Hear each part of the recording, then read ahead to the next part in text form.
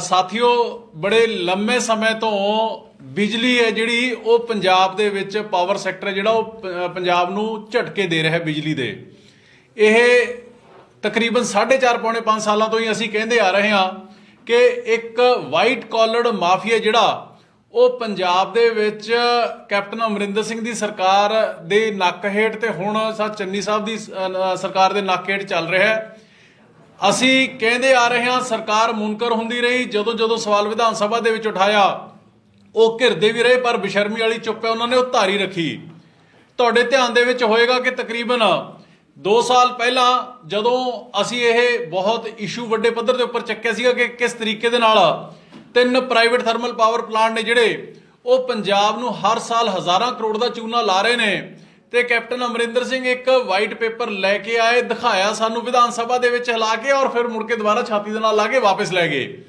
ਤੇ ਉਸ ਤੋਂ ਬਾਅਦ ਜਦੋਂ ਦੇਖਿਆ ਕਿ ਅਕਾਲੀ ਦਲ ਔਰ ਕਾਂਗਰਸ ਹੈ ਜਿਹੜੀ ਉਹ ਇੱਕੋ ਥਾਲੀ ਦਾ ਚੱਟਾ ਬੱਟਾ ਬਣ ਕੇ ਇਸ ਵਾਈਟ ਕਾਲਰਡ ਮਾਫੀਏ ਨੂੰ ਚਲਾ ਰਹੀ ਹੈ, ਅਸੀਂ ਆਮ ਆਦਮੀ ਪਾਰਟੀ ਖੁਦ ਆਪ ਅਸੀਂ ਇਹ ਵਾਈਟ ਪੇਪਰ ਹੈ ਜਿਹੜਾ ਜਿਹਦੇ ਵਿੱਚ ਪਿਛਲੇ 10 ਸਾਲ ਦੀ ਅਕਾਲੀ ਭਾਜਪਾ ਸਰਕਾਰ ਦਾ ਔਰ ਮੌਜੂਦਾ ਕਾਂਗਰਸ ਪਾਰਟੀ ਦੀ ਸਰਕਾਰ ਦਾ, ਕੈਪਟਨ ਅਮਰਿੰਦਰ ਸਿੰਘ ਦੀ ਤੇ ਹੁਣ ਚੰਨੀ ਸਾਹਿਬ ਦੀ ਸਰਕਾਰ ਦਾ ਅਸੀਂ ਲੇਖਾ ਜੋਖਾ ਇਹਦੇ ਵਿੱਚ ਕੰਪਲੀਟ ਕਰਕੇ ਰੱਖਿਆ।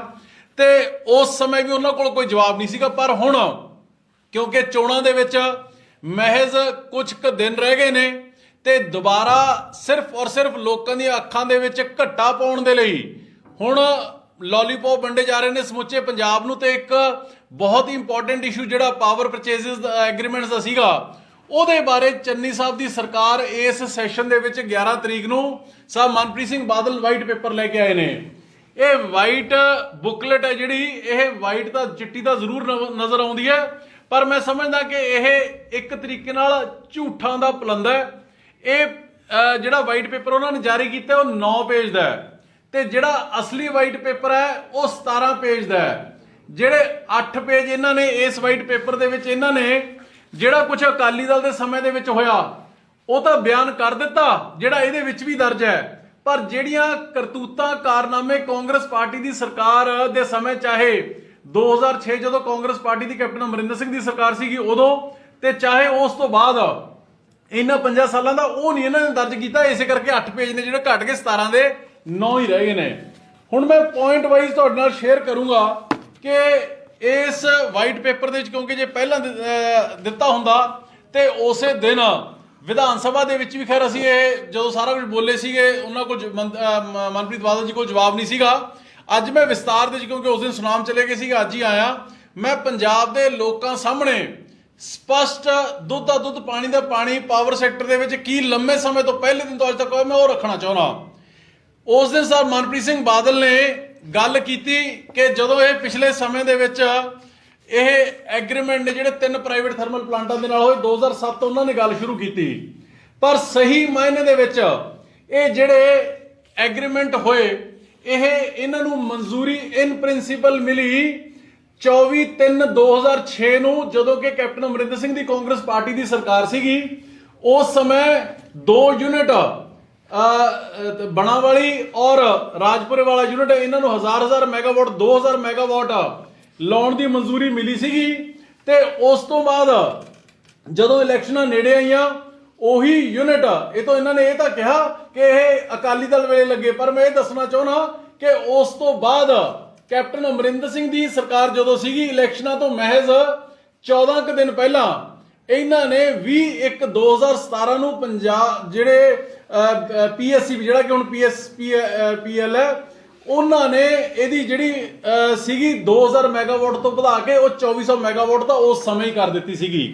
ਔਰ ਜੇ ਤੁਸੀਂ ਇਹ ਸੈਸ਼ਨ ਧਿਆਨ ਨਾਲ ਸੁਣਿਆ ਹੋਵੇ ਤੇ ਉਸ ਸੈਸ਼ਨ ਦੇ ਵਿੱਚ ਸਰ ਮਨਪ੍ਰੀਤ ਸਿੰਘ ਬਾਦਲ ਨੇ ਬੜੇ ਵਿਸਤਾਰ ਦੇ ਵਿੱਚ ਔਰ ਬੜੇ ਦਰਦ ਭਰੇ ਲਹਿਜੇ ਦੇ ਵਿੱਚ ਕਿਵੇਂ ਅਕਾਲੀ ਭਾਜਪਾ ਸਰਕਾਰ ਨੇ BOT ਤੋਂ ਬਦਲ ਕੇ BOO ਕਰ ਦਿੱਤਾ ਕਿ BOT means build own operate ਤੇ ਟ੍ਰਾਂਸਫਰ ਟੂ ਸਟੇਟ, ਯਾਨੀ ਕਿ 25 ਸਾਲ ਬਾਅਦ ਇਹ ਯੂਨਿਟ ਪੰਜਾਬ ਦੇ ਹੋ ਜਾਣੇ ਸੀਗੇ, ਤੇ ਇਹਨਾਂ ਨੇ ਉਹ ਬਦਲ ਕੇ ਕਰ ਦਿੱਤਾ BOO ਬਿਲਡ ਓਨ ਆਪਰੇਟ, ਤੇ ਮਲਕੀਤੀ ਜਿਹੜੀ 25 ਸਾਲ ਬਾਅਦ ਵੀ ਇਹਨਾਂ ਥਰਮਲ ਪਲਾਂਟਾਂ ਦੇ ਮਾਲਕਾਂ ਦੀ ਰਹਿ ਜਾਣੀ ਸੀਗੀ। ਇਹ ਮੈਂ ਮਨਪ੍ਰੀਤ ਸਿੰਘ ਬਾਦਲ ਜੀ ਨੂੰ ਜਿਹੜਾ ਲੁਕੋ ਇਹਦੇ ਵਿੱਚ ਰੱਖ ਗਏ, ਇਹ ਦੱਸਣਾ ਚਾਹੂੰਗਾ ਕਿ ਬਾਦਲ ਸਾਹਿਬ ਇਹ ਹੋਇਆ ਸੀਗਾ 20 ਜਨਵਰੀ 2007 ਨੂੰ ਜਦ ਕੈਪਟਨ ਅਮਰਿੰਦਰ ਸਿੰਘ ਦੀ ਹੀ ਸਰਕਾਰ ਸੀਗੀ, ਉਹਨਾਂ ਦੇ ਵੇਲੇ ਹੀ BOOT ਤੋਂ BOO ਹੋ ਚੁੱਕਿਆ। ਨੰਬਰ 1। ਨੰਬਰ 2, ਉਹਨਾਂ ਨੇ ਬੜੇ ਦਰਦ ਭਰੇ ਲਹਿਜੇ ਦੇ ਵਿੱਚ ਇਹ ਗੱਲ BOT ਤੋਂ BOO ਦੀ ਗੱਲ ਕੀਤੀ ਸੀਗੀ। ਇਹਦੇ ਬਾਰੇ ਬੜਾ ਸਪਸ਼ਟ ਹੈ, ਮੈਂ ਚੈਲੰਜ ਕਰਕੇ ਕਹਿਣਾ ਕਿ ਤੁਸੀਂ ਲੋਕਾਂ ਨੂੰ ਗੁੰਮਰਾਹ ਨਾ ਕਰੋ, ਇਹਦੇ ਭਾਗੀਦਾਰ ਹੋ ਜਿਹੜੇ ਉਹ ਤੁਸੀਂ ਖੁਦ ਆਪ ਹੋ। ਔਰ ਉਸ ਤੋਂ ਬਾਅਦ ਜਦੋਂ ਇਹ ਕੈਬਨਿਟ ਦੇ ਵਿੱਚ ਆਇਆ, ਉਹ ਆਇਆ 10/10/2007 ਨੂੰ, ਜਦ ਕਿ ਅਕਾਲੀ ਭਾਜਪਾ ਸਰਕਾਰ ਬਣ ਚੁੱਕੀ ਸੀਗੀ ਔਰ ਸਰਦਾਰ ਮਨਪ੍ਰੀਤ ਸਿੰਘ ਬਾਦਲ ਖੁਦ ਆਪ ਉਸ ਕੈਬਨਿਟ ਦੇ ਵਿੱਚ ਖਜ਼ਾਨਾ ਮੰਤਰੀ ਸੀਗੇ ਤੇ ਇਹਨਾਂ ਦੇ ਤਾਇਆ ਜੀ ਸਾਹਿਬ ਪ੍ਰਕਾਸ਼ ਸਿੰਘ ਬਾਦਲ ਮੁੱਖ ਮੰਤਰੀ ਸੀਗੇ। ਤੇ ਉਸ ਸਮੇਂ ਇਹ ਕਹਿ ਕੇ ਕਿ ਸ਼ਾਇਦ ਗਲਤੀ ਦੇ ਨਾਲ BOOT ਤੋਂ BOO ਪੈ ਗਿਆ, ਜਿਹੜਾ ਕਿ ਸਰਾਸਰ ਝੂਠ ਹੈ, ਜਿਹੜਾ ਕਿ ਇਸ ਤੋਂ ਸਪਸ਼ਟ ਜ਼ਾਹਰ ਹੋ ਜਾਂਦਾ ਕਿ ਕਿਵੇਂ ਪਹਿਲਾਂ ਕੈਪਟਨ ਅਮਰਿੰਦਰ ਸਿੰਘ, ਉਸ ਤੋਂ ਬਾਅਦ ਸਾਹਿਬ ਪ੍ਰਕਾਸ਼ ਸਿੰਘ ਬਾਦਲ, ਤੇ ਦੋਨਾਂ ਦੇ ਵਿੱਚ ਜਿਹੜਾ ਕਾਮਨ ਲਿੰਕ ਉਹ ਸਾਹਿਬ ਮਨਪ੍ਰੀਤ ਸਿੰਘ ਬਾਦਲ ਰਹੇ। ਇਸ ਤੋਂ ਅੱਗੇ ਆਪਾਂ ਚੱਲਦੇ ਹਾਂ। ਇਹ ਜਿਹੜੀ ਜ਼ਮੀਨ ਹੈ, ਇਹ ਜ਼ਮੀਨ 2200 ਏਕੜ ਹੈ, ਜਿਹੜੀ 2250 ਏਕੜ, ਇਹ ਵੀ ਪੰਜਾਬ ਸਰਕਾਰ ਨੇ ਇਹਨਾਂ ਨੂੰ ਖਰੀਦ ਕੇ ਦੇਣੀ ਸੀਗੀ ਤੇ ਦਿੱਤੀ ਵੀ ਹੈ। ਇਸ ਤੋਂ ਅੱਗੇ ਚੱਲਦੇ ਆ।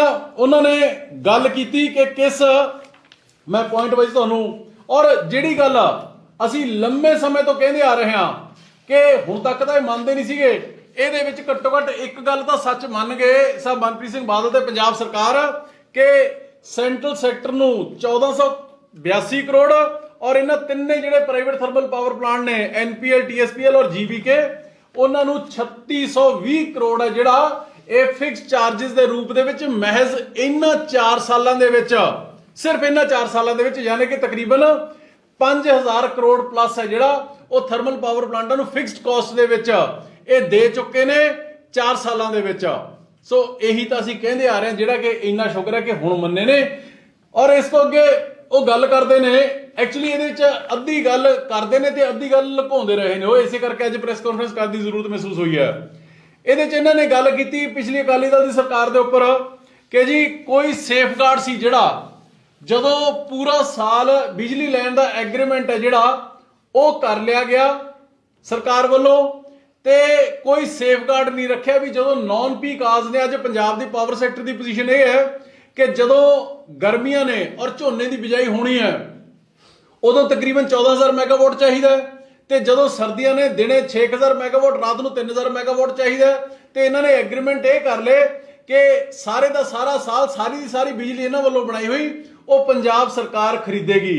ਇਹਨਾਂ ਨੇ ਇਹ ਤਾਂ ਦੱਸ ਦਿੱਤਾ, ਅਸੀਂ ਵੀ ਦੱਸਦੇ ਰਹੇ ਹਾਂ ਇਹ, ਪਰ ਇਹਨਾਂ ਨੇ ਇਹ ਨਹੀਂ ਦੱਸਿਆ ਹੈਗਾ ਕਿ ਪਿਛਲੇ 5 ਸਾਲਾਂ ਦੀ ਕਾਂਗਰਸ ਪਾਰਟੀ ਦੀ ਸਰਕਾਰ ਨੇ ਅਜਿਹਾ ਕੋਈ ਇੱਕ ਸਟੈਪ ਵੀ ਚੱਕਿਆ ਕਿ ਗੁਜਰਾਤ ਦੇ ਥਰਮਲ ਪਾਵਰ ਪਲਾਂਟਾਂ ਦੀ ਪਾਲਿਸੀ ਦੀ ਤਰ੍ਹਾਂ ਸੈਕਸ਼ਨ 9 ਐਂਡ ਸੈਕਸ਼ਨ 11 ਕੀ ਇਹਨਾਂ ਨੇ ਪੰਜਾਬ ਦੇ ਇਹਨਾਂ ਥਰਮਲ ਪਲਾਂਟਾਂ ਦੇ ਨਾਲ ਕੋਈ ਗੱਲਬਾਤ ਕੀਤੀ, ਕੋਈ ਡਿਸਕਸ਼ਨ ਇਨੀਸ਼ੀਏਟ ਕੀਤੀ ਕਿ ਸੈਕਸ਼ਨ 9 ਔਰ 11 ਗੁਜਰਾਤ ਪਾਲਿਸੀ ਦਾ ਉਹ ਇੰਪਲੀਮੈਂਟ ਕਰ ਸਕਣ। ਗੁਜਰਾਤ ਦਾ ਸੈਕਸ਼ਨ 9 ਕਹਿੰਦਾ ਹੈ ਕਿ ਜੇ ਸਟੇਟ ਗਵਰਨਮੈਂਟ ਲਿਖ ਕੇ ਦੇ ਦੇ 3 ਮਹੀਨੇ ਪਹਿਲਾਂ ਕਿ ਜੀ ਸਾਨੂੰ ਆਹ ਮਹੀਨਿਆਂ ਦੇ ਵਿੱਚ ਸਾਨੂੰ ਤੁਹਾਡੀ ਬਿਜਲੀ ਦੀ ਲੋੜ ਨਹੀਂ ਹੈਗੀ, ਤੇ ਉਹ ਪ੍ਰਾਈਵੇਟ ਥਰਮਲ ਪਲਾਂਟਾਂ ਨੇ ਬਿਜਲੀ ਹੈ ਜਿਹੜੀ ਉਹ ਆਪਦੀ ਬਾਹਰ ਕਿਤੇ ਵੀ ਵੇਚ ਸਕਦੇ ਨੇ, ਸਟੇਟ ਫਿਕਸ ਚਾਰजेस ਤੋਂ ਫਿਕਸਡ ਕਾਸਟ ਤੋਂ ਬਚ ਸਕਦਾ ਹੈ। ਮਹਿਜ਼ 4 ਤੋਂ 5 ਮਹੀਨੇ ਜਿਹੜਾ ਉਹ ਪੰਜਾਬ ਨੂੰ 14000 ਮੈਗਾਵਾਟ ਚਾਹੀਦਾ, ਇਸ ਤੋਂ ਇਲਾਵਾ ਚਾਹੀਦਾ ਨਹੀਂ ਹੈਗਾ। ਜੇ ਲਿਖ ਕੇ ਦੇ ਦਿੱਤਾ ਜਾਂਦਾ ਤਾਂ ਇਹ ਇਸ ਤੋਂ ਬਚਿਆ ਜਾ ਸਕਦਾ ਸੀਗਾ। ਸੈਕਸ਼ਨ 11 ਉਸ ਪਾਲਿਸੀ ਦਾ ਕੀ ਕਹਿੰਦਾ ਕਿ 20% ਹੈ ਜਿਹੜਾ ਉਹ ਸਿਰਫ ਵੇਰੀਏਬਲ ਕਾਸਟ ਦੇ ਉੱਪਰ, ਯਾਨੀ ਕਿ ਜਿੰਨੀ ਕੋਲੇ ਦੀ ਕਾਸਟ ਹੈ ਉਹਦੇ ਉੱਪਰ ਬਿਜਲੀ ਮਿਲੂਗੀ। ਟੋਟਲ ਪ੍ਰੋਡਕਸ਼ਨ ਦਾ 20% ਹੈ ਜਿਹੜੇ ਫਿਕਸ ਚਾਰजेस ਨੇ ਉਸ ਤੋਂ ਬਚਿਆ ਜਾ ਸਕਦਾ ਸੀਗਾ। ਪਰ ਇਹਨਾਂ ਮੋਦੀ ਵਾਲੀ ਸਰਕਾਰ ਨੇ ਪਿਛਲੇ 5 ਸਾਲਾਂ ਦੇ ਵਿੱਚ ਇਹਨਾਂ ਸੈਕਸ਼ਨਸ ਨੂੰ ਇਨਕਲੂਡ ਕਰਨ ਦੇ ਲਈ ਇਹਨਾਂ ਥਰਮਲ ਪਾਵਰ ਪਲਾਂਟਾਂ ਦੇ ਨਾਲ ਇੱਕ ਵੀ ਗੱਲਬਾਤ ਹੈ ਜਿਹੜੀ ਉਹ ਨਹੀਂ ਕੀਤੀ ਹੈਗੀ। ਇਹ ਵਿੱਚ ਪੁਆਇੰਟ 9 ਦੇ ਉੱਪਰ ਸਭ ਮਨਪ੍ਰੀਤ ਸਿੰਘ ਬਾਦਲ ਇਹ ਤਾਂ ਲਿਖਦੇ ਨੇ ਕਿ ਲਿਕੁਇਡੇਟਡ ਚਾਰजेस ਨੇ, ਜਿਹੜੇ ਲਿਕੁਇਡੇਟਡ ਡੈਮੇजेस ਹੁੰਦੇ ਨੇ, ਕਿ 3 ਮਹੀਨਿਆਂ ਦੇ ਵਿੱਚ ਪ੍ਰੋਜੈਕਟ ਲੱਗਣਾ ਸੀਗਾ, ਉਹ ਲੱਗਿਆ 5 ਮਹੀਨੇ ਦੇ ਵਿੱਚ। ਜਿਹੜੀ 2 ਮਹੀਨੇ ਦੀ ਦੇਰੀ ਹੋਈ ਉਹਦੇ ਡੈਮੇजेस ਉਸ ਕੰਪਨੀ ਨੇ ਕੰਟਰੈਕਟ ਮੁਤਾਬਕ ਸਟੇਟ ਨੂੰ ਦੇਣੇ ਹੁੰਦੇ ਨੇ। ਇਹ ਨਹੀਂ ਦੱਸਿਆ ਹੈਗਾ ਕਿ ਉਹ ਤਕਰੀਬਨ 1000 ਕਰੋੜ ਰੁਪਇਆ ਇਹਨਾਂ ਦੋਨੋਂ ਪ੍ਰਾਈਵੇਟ ਥਰਮਲ ਪਲਾਂਟਾਂ ਦਾ, ਤਲਵੰਡੀ ਔਰ ਰਾਜਪੁਰਾ ਦਾ, ਪੰਜਾਬ ਸਰਕਾਰ ਉਹਨਾਂ ਤੋਂ 1000 ਕਰੋੜ ਰੁਪਇਆ ਹਜੇ ਤੱਕ 1 ਰੁਪਇਆ ਵੀ ਉਹਨਾਂ ਤੋਂ ਰਿਕਵਰ ਨਹੀਂ ਕਰ ਸਕੀ ਹੈਗੀ। ਬੜੀ ਬੁਰੀ ਤਰ੍ਹਾਂ ਫੇਲ ਹੋਈ ਹੈ ਤੇ ਇਹਨਾਂ ਨੇ ਕੋਈ ਫੋਲੋਅਪ ਹੈ ਜਿਹੜਾ ਉਹਦੇ ਨਾਲ ਕੀਤਾ ਹੀ ਨਹੀਂ ਹੈਗਾ। ਇਸ ਤੋਂ ਇਲਾਵਾ ਇਸ ਝੂਠ ਦੇ ਪਲੰਦੇ ਦੇ ਵਿੱਚ ਜਾਂ ਉਹ ਕਹਿੰਦੇ ਆਦੀ ਹਕੀਕਤ ਆਧਾ ਫਸਾਨਾ, ਇਹ ਉਹ ਕੰਮ ਹੈ ਜਿਹੜਾ ਉਹਨਾਂ ਨੇ ਕਰਤਾ ਇਹ ਸਰਕਾਰ ਨੇ। ਇਹਦੇ ਵਿੱਚ ਉਹ ਨਾਲ ਇਹ ਵੀ ਮੰਨਦੇ ਨੇ ਕਿ FGD ਦੀ ਇੰਸਟਾਲੇਸ਼ਨ, FGD ਹੁੰਦਾ ਫਿਊਲ ਗੈਸ ਡੀਸਲਫਰਾਈਜੇਸ਼ਨ ਯੂਨਿਟ, ਉਹ ਹੁੰਦਾ ਕਿ ਜਿੱਥੇ ਪੋਲਿਊਸ਼ਨ ਹੁੰਦੀ ਹੈ ਜਿਹੜੀ ਥਰਮਲ ਪਲਾਂਟਾਂ ਦੇ ਨਾਲ, ਉਹਦੇ 'ਚ FGD ਯੂਨਿਟ ਲੱਗਦੇ ਨੇ। ਤਕਰੀਬਨ ਇਹ 7600 ਕਰੋੜ ਰੁਪਏ ਦਾ ਜਿਹੜਾ ਇਹ ਆਉਣ ਵਾਲੇ ਸਮੇਂ ਦੇ ਵਿੱਚ ਹੋਰ ਪੈ ਜਾਣਾ, ਕਿਉਂਕਿ ਇਹਨਾਂ ਨੇ ਐਗਰੀਮੈਂਟ ਜਿਹੜੇ ਉਹ ਗਲਤ ਹੋਏ ਨੇ। ਇਸੇ ਤਰੀਕੇ ਦੇ ਨਾਲ ਉਹ ਇਹ ਤਾਂ ਲਿਖਦੇ ਨੇ ਕਿ 3400 ਕਰੋੜ ਰੁਪਏ ਜਿਹੜਾ ਉਹ ਦੇਣਾ ਪੈ ਗਿਆ PSPCL ਨੂੰ, ਪੰਜਾਬ ਦੇ ਲੋਕਾਂ ਨੂੰ ਕੋਲ ਵਾਸ਼ਿੰਗ ਔਰ ਟਰਾਂਸਪੋਰਟੇਸ਼ਨ ਦੇ ਚਾਰजेस ਦੇ ਰੂਪ ਦੇ ਵਿੱਚ। ਪਰ ਹਜੇ ਤੱਕ ਇਹ ਦੱਸਣਾ ਭੁੱਲ ਗਏ ਕਿ ਹਜੇ ਤੱਕ ਪਿਛਲੇ 3.5 ਸਾਲਾਂ ਦੇ ਵਿੱਚ ਹਜੇ ਤੱਕ ਰਿਵੀਜ਼ਨ ਪਟੀਸ਼ਨ ਹੈ ਜਿਹੜੀ ਪੰਜਾਬ ਸਰਕਾਰ ਨੇ ਉਹ ਵੀ ਕਿਸੇ ਕੋਰਟ ਦੇ ਵਿੱਚ ਦਾਇਰ ਨਹੀਂ ਕੀਤੀ ਹੈਗੀ। ਇਹ ਫੇਲੀਅਰ ਨੇ ਜਿਹੜੇ ਕਿ ਇਸ ਮੌਜੂਦਾ ਸਰਕਾਰ ਨੇ, ਇਹ ਸਿਰਫ ਔਰ ਸਿਰਫ ਵਾਈਟ ਪੇਪਰਾਂ ਦੇ ਵਿੱਚ ਅੱਧਾ ਪਚੱਧਾ ਕਾਲਾ ਝੂਠ ਲਿਖ ਕੇ ਇਹ ਬਚ ਕੇ ਨਹੀਂ ਜਾ ਸਕਦੇ ਹੈਗੇ। ਇਸੇ ਤਰੀਕੇ ਦੇ ਨਾਲ ਉਹਨਾਂ ਨੇ, ਤੁਸੀਂ ਉਸ ਦਿਨ ਸੁਣਿਆ ਹੋਵੇਗਾ, ਪਛਵਾੜਾ ਕੋਲ ਮਾਈਨ ਦੀ ਗੱਲ ਕੀਤੀ। ਪਛਵਾੜਾ ਕੋਲ ਮਾਈਨ ਉਹ ਕੋਲ ਮਾਈਨ ਹੈ ਜਿਹੜੀ ਕਿ ਵਨ ਆਫ ਦਾ ਬੈਸਟ ਕੋਲਾ ਹੈ, ਜਿਹਦਾ ਉਹ ਹੈਗਾ ਲੰਮੇ ਸਮੇਂ ਤੋਂ ਪੰਜਾਬ ਸਰਕਾਰ ਨੂੰ ਅਲਾਟ ਹੋਈ ਹੈ।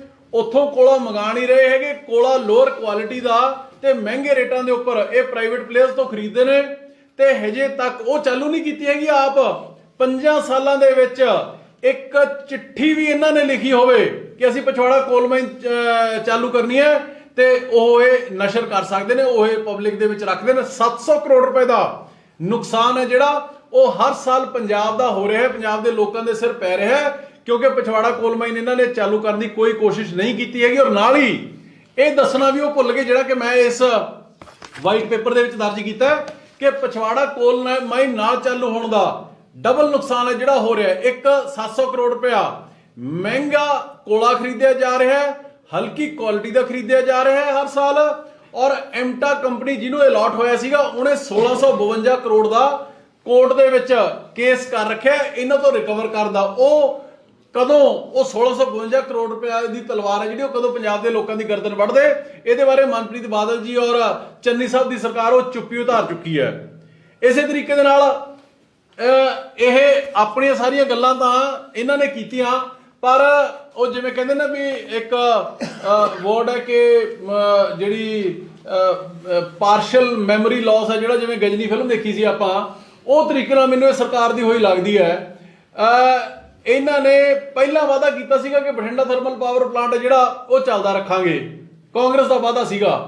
ਸਰਕਾਰ ਆਈ ਔਰ ਉਹ ਬਠਿੰਡਾ ਪਾਵਰ ਥਰਮਲ ਪਲਾਂਟ ਜਿਹਦੇ ਕੇ ਉੱਪਰ 737 ਕਰੋੜ ਰੁਪਇਆ ਲੋਕਾਂ ਦਾ ਖਰਚ ਕਰਕੇ ਵਰਲਡ ਕਲਾਸ ਉਹ ਤਿਆਰ ਹੋ ਚੁੱਕਿਆ ਸੀਗਾ। ਸਰਟੀਫਿਕੇਸ਼ਨ ਉਹਨੂੰ ਮਿਲੀ ਸੀਗੀ ਸੈਂਟਰ ਤੋਂ ਕਿ ਇਹਦੀ ਜਿਹੜੀ ਇਹਦੀ ਰੈਨੋਵੇਸ਼ਨ ਹੈ ਔਰ ਅਪਗ੍ਰੇਡੇਸ਼ਨ ਹੈ ਉਹ ਬੇਮਿਸਾਲ ਹੋਈ ਹੈ। ਉਹ ਬੰਦ ਕਰ ਦਿੱਤਾ, ਰੋਪੜ ਦੇ 2 ਯੂਨਿਟ ਬੰਦ ਕਰ ਦਿੱਤੇ ਜਿਹੜੇ ਕਿ 2030-31 ਤੱਕ ਚੱਲ ਸਕਦੇ ਸੀਗੇ।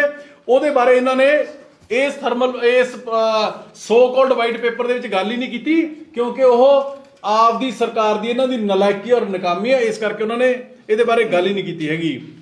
ਔਰ ਸਭ ਤੋਂ ਮੋਸਟ ਇੰਪੋਰਟੈਂਟ ਉਹਨਾਂ ਨੇ ਗੱਲ ਕੀਤੀ ਕਿ ਜਿਹੜੇ ਰੇਟਸ ਨੇ ਉਸ ਸਮੇਂ ਉਹਨਾਂ ਨੇ ਗੱਲ ਕੀਤੀ ਜਦੋਂ ਅਸੀਂ ਕਿਹਾ ਕਿ ਜੀ ਤੁਸੀਂ ਖੁਦ ਆਪ ਉਸ ਸਮੇਂ ਸੀਗੇ, ਉਹ ਕਹਿੰਦੇ ਮੈਂ ਰਿਜ਼ਾਈਨ ਕੀਤਾ ਸੀਗਾ ਬਾਦਲ ਸਾਹਿਬ ਦੀ ਸਰਕਾਰ ਦੇ ਵਿੱਚੋਂ ਕਿਉਂਕਿ ਇਹਨਾਂ ਥਰਮਲ ਪਾਵਰ ਪਲਾਂਟਾਂ ਵਰਗੇ ਇਸ ਕਰਕੇ ਨਹੀਂ ਕੀਤਾ ਸੀਗਾ। ਮੈਂ ਯਾਦ ਕਰਾਉਣਾ ਚਾਹੂੰਗਾ ਤੁਹਾਨੂੰ ਔਰ ਤੁਹਾਡੇ ਜ਼ਰੀਏ ਪੰਜਾਬ ਦੇ ਲੋਕਾਂ ਨੂੰ ਦੱਸਣਾ ਚਾਹੂੰਗਾ ਕਿ ਜਦੋਂ 2007 ਦੇ ਵਿੱਚ ਅਕਾਲੀ ਦਲ ਦੀ ਸਰਕਾਰ ਬਣੀ, ਸਰ ਮਨਪ੍ਰੀਤ ਸਿੰਘ ਜੀ ਬਾਦਲ ਖੁਦ ਆਪ ਖਜ਼ਾਨਾ ਮੰਤਰੀ ਸੀਗੇ। 2007 ਤੋਂ ਲੈ ਕੇ 2010 ਤੱਕ ਉਹ ਖਜ਼ਾਨਾ ਮੰਤਰੀ ਰਹੇ ਤੇ ਜਿਹੜੇ ਇਹ BOOT ਤੋਂ ਯਾਨੀ ਬਿਲਡ ਓਨ ਆਪਰੇਟ ਟ੍ਰਾਂਸਫਰ ਤੋਂ BOO ਹੋਏ, ਉਹ ਉਸੇ ਸਮੇਂ ਹੋਏ ਜਦੋਂ ਕੈਬਨਿਟ ਮੰਤਰੀ ਖੁਦ ਆਪ ਸੀਗੇ, ਉਹਦੇ ਵਿੱਚ ਉਹਨਾਂ ਨੇ ਖੁਦ ਆਪ ਅਪਰੂਵਲ ਦਿੱਤੀ। ਔਰ ਉਸ ਤੋਂ ਵੀ ਇੰਪੋਰਟੈਂਟ ਉਹਨਾਂ 3 ਸਾਲਾਂ ਦੇ ਵਿੱਚ 5 ਐਗਰੀਮੈਂਟ ਨੇ ਜਿਹੜੇ ਪੰਜਾਬ ਨੇ ਕੀਤੇ ਥਰਮਲ ਪਾਵਰ ਪਲਾਂਟਾਂ ਦੀ ਪਰਚੇਜ਼ ਦੇ। ਇੱਕ ਕੀਤਾ 22/4/2007 ਨੂੰ ਮੁੰਦਰਾ ਹੈਗਾ ਰਿਲਾਇੰਸ ਦਾ, ਉਹ ਕੀਤਾ ਪਰ ਮੁੰਦਰਾ ਹੈਗਾ ਟਾਟਾ ਦਾ, ਉਹ ਕੀਤਾ 90 ਪੈਸੇ ਪਰ ਯੂਨਿਟ ਪਰਚੇਸ, ਜਿਹੜਾ ਪਰ ਯੂਨਿਟ ਕਰਨਾ ਸੀਗਾ। 7/8/2007 ਨੂੰ ਕੀਤਾ ਸਾਸਨ ਰਿਲਾਇੰਸ ਮਹਿਜ਼ 17 ਪੈਸੇ ਪਰ ਯੂਨਿਟ। ਤੇ ਪੰਜਾਬ ਦੇ ਜਿਹੜੇ 3 ਉਦੋਂ ਦੀ ਮੋਤੀਆਂ ਵਾਲੀ ਸਰਕਾਰ ਨੇ ਕੀਤੇ, ਉਹ 2008, 9 ਔਰ 10 ਦੇ ਵਿੱਚ ਕੀਤੇ ਗਏ। TSPL, GVK ਔਰ NPL ਇਹ ਕੀਤੇ ਗਏ 1 ਰੁਪਏ 18 ਪੈਸੇ ਤੋਂ ਲੈ ਕੇ 2 ਰੁਪਏ 20 ਪੈਸੇ। ਸਵਾਲ ਇਹ ਖੜਾ ਹੁੰਦਾ ਹੈ ਕਿ ਤੁਸੀਂ ਕੈਬਨਿਟ ਦੇ ਵਜ਼ੀਰ ਸੀਗੇ, ਤੁਹਾਡੇ ਤਾਇਆ ਜੀ ਮੰਤਰੀ ਸੀਗੇ, ਅੱਜ ਫਿਰ ਤੁਸੀਂ ਉਸੇ ਕੈਬਨਿਟ ਦਾ ਹਿੱਸਾ ਹੋ, ਚਾਹੇ ਕਾਂਗਰਸ ਪਾਰਟੀ ਦੀ ਕੈਬਨਿਟ ਦਾ ਹਿੱਸਾ ਹੋ, ਤੇ ਰੋਣਾ ਆਪਾਂ ਰੋਨੇ ਆ, ਤਕਲੀਫ ਆਪਾਂ ਜ਼ਾਹਰ ਕਰਦੇ ਆ ਕਿ ਜੀ ਪੰਜਾਬ ਲੁੱਟ ਗਿਆ। ਪੰਜਾਬ ਨੂੰ ਲੁੱਟਣ ਦੇ ਵਿੱਚ ਜਿੰਨੀ ਅਕਾਲੀ ਦਲ ਦਾ ਰੋਲ ਰਿਹਾ ਓਨਾ ਹੀ ਅੱਜ ਉਹਦੇ ਵਿੱਚ ਕਾਂਗਰਸ ਪਾਰਟੀ ਹੈ ਜਿਹੜੀ ਉਹ ਭਾਗੀਦਾਰ ਹੈ। ਔਰ ਹਜੇ ਵੀ ਮੇਰੇ ਅੱਜ ਤੁਸੀਂ ਇਹ ਸਮਾਂ, ਇਹ ਦਿਨ, ਇਹ ਟਾਈਮਿੰਗ ਔਰ ਇਹ ਰਿਕਾਰਡਿੰਗ ਨੇ ਜਿਹੜੀਆਂ ਉਹ ਸੇਵ ਕਰਕੇ ਰੱਖ ਲਓ, ਬਚਾ ਕੇ ਰੱਖ ਲਓ। ਅੱਜ ਤੋਂ 3 ਮਹੀਨਿਆਂ ਬਾਅਦ ਜਦੋਂ ਸਰਕਾਰ ਬਦਲ ਜਾਣੀ ਹੈ, ਇਹ ਮਹਿਜ਼ ਸ਼ਗੂਫੇਬਾਜ਼ੀ ਹੈ, ਸਿਰਫ ਲੋਕਾਂ ਨੂੰ ਗੁੰਮਰਾਹ ਕਰਨੀ, ਹੋਰ ਇਸ ਤੋਂ ਇਲਾਵਾ ਇਹ ਕੱਖ ਨਹੀਂ ਹੈਗਾ। ਜਿਹੜੀ ਚੀਜ਼ ਤੁਹਾਨੂੰ ਮੈਂ ਦਾਅਵੇ ਨਾਲ ਡੰਕੇ ਦੀ ਚੋਟ ਦੇ ਉੱਪਰ ਹਿੱਕ ਠੋਕ ਕੇ ਕਹਿ ਰਿਹਾ ਕਿ, ਔਰ ਇਸ ਕਰਕੇ ਤੁਹਾਨੂੰ ਇਹ ਰਿਜ਼ਰਵ ਕਰਨ ਨੂੰ ਕਹਿ ਰਿਹਾ, ਸੇਵ ਕਰਨ ਨੂੰ ਕਹਿ ਰਿਹਾ, ਕਿਉਂਕਿ ਇਕੱਲਾ ਸ਼ਗੂਫਾ ਇਹ ਹੋਊਗਾ, ਸਿਰਫ ਇਲੈਕਸ਼ਨਾਂ ਟਪਾਉਣੀਆਂ ਨੇ ਇਹਨਾਂ ਨੇ, ਹੋਰ ਕੱਖ ਨਹੀਂ ਕਰਨਾ ਹੈਗਾ। ਔਰ ਇਹਨਾਂ ਦੇ ਖੁਦ ਆਪਦੇ ਵਾਈਟ ਪੇਪਰ ਦੇ ਵਿੱਚ ਇਹ ਆਪ ਮੰਨ ਗਏ ਨੇ। ਇਹ ਕੀ ਲਿਖਦੇ ਨੇ ਕਿ regulatory PSCRC shall also determine the temporary tariff to be rate to be made applicable in the interregnum period till the tariff is finally redetermined by the PSCRC। Rate PSCRC ਨੇ ਡਿਸਾਈਡ ਕਰਨੇ ਨੇ, negotiate ਜਿਹੜੇ ਕਰਨੇ ਨੇ ਉਹ ਉਹਨਾਂ ਨੇ ਕਰਨੇ ਨੇ, PSCRC ਨੇ ਕਰਨੇ ਨੇ। ਤੇ ਇਹ ਲੋਕਾਂ ਨੂੰ ਹੀ ਬੇਵਕੂਫ ਬਣਾਈ ਜਾਂਦੇ ਨੇ ਕਿ ਅਸੀਂ ਕਾਨੂੰਨ ਬਣਾਦਾ।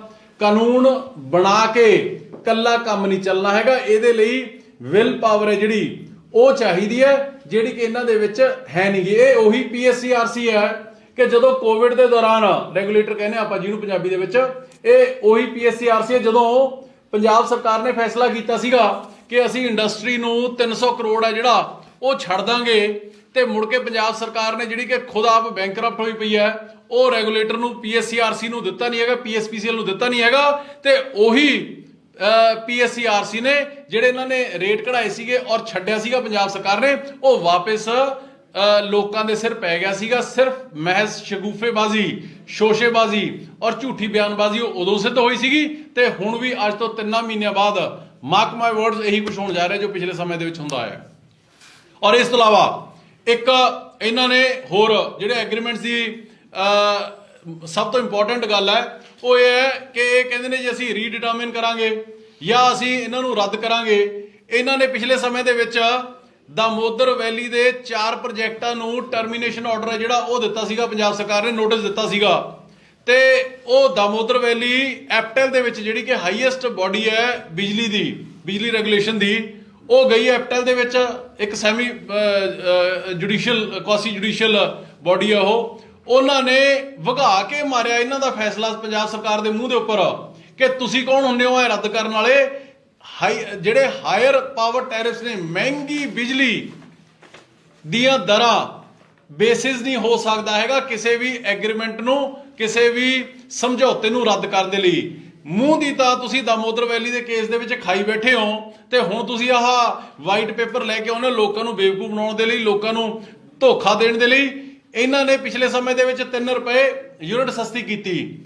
ਅਸੀਂ ਵੀ ਤੁਹਾਡੇ ਧਿਆਨ ਦੇ ਵਿੱਚ ਹੋਵੇ, ਮੈਂ ਵੀ ਜਦੋਂ ਇਹ ਆਪਦਾ ਵਾਈਟ ਪੇਪਰ ਕਨਕਲੂਡ ਕੀਤਾ ਸੀਗਾ ਉਹਦੇ ਵਿੱਚ ਇਹ ਚੀਜ਼ ਮੈਂ ਵੀ ਲਿਖੀ ਸੀਗੀ ਕਿ ਜੇ ਸਰਕਾਰ ਸਾਡੀਆਂ ਇਹ ਸਾਰੇ ਸੁਝਾਅ ਨੇ ਜਿਹੜੇ, ਮੈਂ ਇਹਦੇ 'ਚ ਇਕੱਲਾ ਇਹ ਨਹੀਂ ਕੀ ਗਲਤ ਹੋਇਆ, ਕੀ ਹੋਣਾ ਚਾਹੀਦਾ, ਕਿਵੇਂ ਹੋਣਾ ਚਾਹੀਦਾ, ਕਿਵੇਂ ਇਹ ਇੰਪਲੀਮੈਂਟ ਕੀਤਾ ਜਾ ਸਕਦਾ ਹੈ, ਇਹ ਦਰਜ ਕੀਤਾ ਸੀਗਾ। ਤੇ ਇਹ ਵੀ ਲਿਖਿਆ ਸੀਗਾ ਕਿ ਇਹ ਤੁਸੀਂ ਜੇ ਮੰਨ ਲਓ ਮੇਰੇ ਸੁਝਾਅ ਤੇ 3 ਤੋਂ 4 ਰੁਪਏ ਤੁਸੀਂ ਬਿਜਲੀ ਸਸਤੀ ਕਰ ਦਿੱਤੇ ਹੋ। ਇਹਨਾਂ ਨੇ ਮੋਤੀ ਵਾਲੀ ਸਰਕਾਰ ਨੇ ਸੋ ਕਾਲਡ 3 ਰੁਪਏ ਸਸਤੀ ਤਾਂ ਕਰਤੀ, ਪਰ ਪੈਸਾ ਬਚਾਉਣਾ ਕਿੱਥੋਂ ਹੈ, ਪੈਸਾ ਕਿਵੇਂ ਬਚਾਇਆ ਜਾ ਸਕਦਾ ਉਹਦੇ ਬਾਰੇ ਕੋਈ ਧਿਆਨ ਨਹੀਂ ਹੈਗਾ। ਅਲਟੀਮੇਟਲੀ ਲੋਕਾਂ ਦੀਆਂ ਜੁੱਤੀਆਂ ਲੋਕਾਂ ਦੇ ਸਿਰ, ਲੋਕਾਂ ਦੀ ਬਿਜਲੀ ਸਸਤੀ ਕਰਤੀ ਤੇ ਘੁੰਮ ਫਿਰ ਕੇ ਉਹ ਲੋਕਾਂ ਦੇ ਸਿਰੇ ਜਿਹੜੀ ਪੈ ਜਾਣੀ ਹੈ, ਕਿਉਂਕਿ ਦੀਵਾਲੀ ਹੈ ਜਿਹੜਾ ਉਹ PSPCL ਦਾ ਆਲਰੇਡੀ ਨਿਕਲ ਚੁੱਕਿਆ। 2010-11 ਦੇ ਵਿੱਚ 20,000 ਕਰੋੜ ਦਾ ਕਰਜ਼ਾ ਸੀਗਾ PSPCL ਦੇ ਉੱਪਰ, ਅੱਜ 36 ਕਰੋੜ ਦਾ ਕਰਜ਼ਾ ਜਿਹੜਾ ਉਹ ਹੋ ਚੁੱਕਿਆ। ਸੋ ਸਮੁੱਚੇ ਪੰਜਾਬ ਨੂੰ ਇਹ PSPCL ਦੀ ਤਰ੍ਹਾਂ ਇਹ ਬੈਂਕਰਪਟ, ਇਹ ਦਿਵਾਲੀਆ ਕਰਨ ਲੱਗੇ ਨੇ, ਕਿਉਂਕਿ ਆਪਦੀ ਸੋਚ ਦਾ, ਆਪਦੀ ਇੰਟੈਂਟ ਦਾ, ਆਪਦੀ ਕਲੀਅਰ ਵਿਲ ਪਾਵਰ ਦਾ ਦਿਵਾਲੀਆ ਜਿਹੜਾ ਉਹ ਕਾਂਗਰਸ ਪਾਰਟੀ ਦਾ ਵੀ ਨਿਕਲਿਆ, ਜਿਹਦੀ ਵਜ੍ਹਾ ਕਰਕੇ ਹੁਣ ਸਿਰਫ ਸ਼ਗੂਫੇਬਾਜ਼ੀਆਂ ਨੇ ਜਿਹੜੀਆਂ ਉਹ ਚੱਲ ਰਹੀਆਂ ਨੇ। ਤੁਹਾਡਾ ਸਵਾਲ ਜੀ ਕਿਸੇ ਕੋਲ? ਅਮਨ ਸਰ, ਜਿੱਦਾਂ ਤੁਸੀਂ ਡਰਾਬੈਕਸ ਦੱਸੇ ਕਾਫੀ ਜ਼ਿਆਦਾ, ਹੁਣ ਰਣਨੀਤੀ ਕਿਸ ਤਰ੍ਹਾਂ ਦੀ ਰਹਿਣ ਵਾਲੀ ਆਮ ਆਦਮੀ ਪਾਰਟੀ ਦੀ? ਦੇਖੋ, ਰਣਨੀਤੀ ਬੜੀ ਸਪਸ਼ਟ ਹੈ, ਬੜੀ ਕਲੀਅਰ ਹੈ। ਜੇ ਤੁਸੀਂ ਪਾਵਰ ਐਗਰੀਮੈਂਟ ਦੀ ਗੱਲ ਕਰਦੇ ਹੋ, you go through my white paper. ਮੈਂ ਇਹਦੇ 'ਚ ਇਹ ਕਿਵੇਂ ਟਰਮੀਨੇਟ ਹੋ ਸਕਦੇ ਨੇ, ਕਿਵੇਂ ਰੀਡਿਟਰਮਿਨ ਹੋ ਸਕਦੇ ਨੇ, ਇੰਨਾ ਸੌਖਾ ਤਰੀਕਾ ਹੈ। ਮੈਂ ਉਸ ਦਿਨ ਵਿਧਾਨ ਸਭਾ ਦੇ ਵਿੱਚ ਬੋਲਿਆ ਵੀ ਸੀਗਾ ਕਿ ਜਿਹੜਾ ਟਾਟਾ ਮੁੰਦਰਾ ਪ੍ਰੋਜੈਕਟ ਹੈ ਉਹ ਸੁਪਰੀਮ ਕੋਰਟ ਦੇ ਵਿੱਚ ਗਿਆ। ਜਸਟਿਸ ਨਰਿਮਨ ਨੇ ਆਰਡਰ ਇਹ ਦੇ ਦਿੱਤਾ ਕਿ ਜੇ ਤੁਹਾਨੂੰ ਪੜਤਾ ਨਹੀਂ ਪੈਂਦਾ ਹੈਗਾ ਤਾਂ ਤੁਹਾਨੂੰ ਸਟੇਟਾਂ ਦੇ ਨਾਲ ਰੀਨੈਗੋਸ਼ੀਏਟ ਕਰਨ ਦਾ ਹੱਕ ਹੈਗਾ। ਉਹਨਾਂ ਨੇ ਰਾਹ ਖੋਲਤਾ ਤੇ ਉਸੇ ਆਰਡਰ ਦੇ ਬੇਸਿਸ ਦੇ ਉੱਪਰ ਟਾਟਾ ਨੇ ਪੰਜਾਬ ਸਰਕਾਰ ਨੂੰ 50 ਪੈਸੇ ਪਰ ਯੂਨਿਟ ਕਾਸਟ ਵਧਾ ਕੇ ਇਹਨਾਂ ਨੂੰ ਨੋਟਿਸ ਵੀ ਭੇਜ ਦਿੱਤਾ ਕਿ ਅਸੀਂ ਅੱਜ ਤੋਂ ਤੁਹਾਨੂੰ ਭਾਈ ਆਹ ਚਾਰਜ ਕਰਿਆ ਕਰਾਂਗੇ। ਜਿਹੜਾ ਇੱਕ ਰਾਹ ਸੁਪਰੀਮ ਕੋਰਟ ਨੇ ਖੋਲਤਾ, ਇੱਕ ਕੰਪਨੀ ਵਾਸਤੇ ਖੋਲਤਾ, ਉਹੀ ਰਾਹ ਇਹ ਕਿਉਂ ਨਹੀਂ ਅਡਾਪਟ ਕਰ ਸਕਦੇ ਹੈਗੇ? ਤੇ ਉਦੋਂ ਦੇ ਅੱਜ ਤਕਰੀਬਨ ਪੌਣੇ 2 ਸਾਲ ਹੋ ਗਏ, ਉਦੋਂ ਦੇ ਸੁੱਤੇ ਪਏ ਨੇ, ਕੱਖ ਨਹੀਂ ਕੀਤਾ ਹੈਗਾ ਇਹਨਾਂ ਨੇ। ਇਸੇ ਤਰੀਕੇ ਨਾਲ ਦੂਜਾ ਤਰੀਕਾ ਇਹਦਾ ਇਹ ਹੈ ਕਿ ਜਦੋਂ ਇਹ ਐਗਰੀਮੈਂਟ ਹੋਏ ਸੀਗੇ, PPAs ਹੋਏ ਸੀਗੇ, ਇਹਨਾਂ ਤਿੰਨਾਂ ਕੰਪਨੀਆਂ ਨੇ ਦੋ ਤਾਂ ਥਰੂ ਜਿਹੜੀ GVK ਔਰ NPL ਹੈ, ਜਿਹੜੀ TSPL ਤਲਵੰਡੀ ਸਾਬੋ ਔਰ NPL ਰਾਜਪੁਰ ਹੈ, ਇਹ ਤਾਂ ਹੋਏ ਸੀਗੇ through proper international transparent bidding ਦੇ ਥਰੂ।